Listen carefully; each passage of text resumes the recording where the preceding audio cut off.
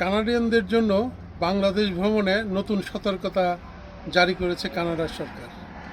আগের সতর্কতার চেয়ে বর্তমান সতর্কতাকে উচ্চমাত্রার বলে উল্লেখ করা হয়েছে। বলেছে বিক্ষোভ, সংঘর্ষ ও দেশব্যাপী সাধারণ ধর্মঘটের আশঙ্কা রয়েছে এই সময়, যে কারণে বাংলাদেশের নিরাপত্তা পরিস্থিতি অবনতি হতে পারে।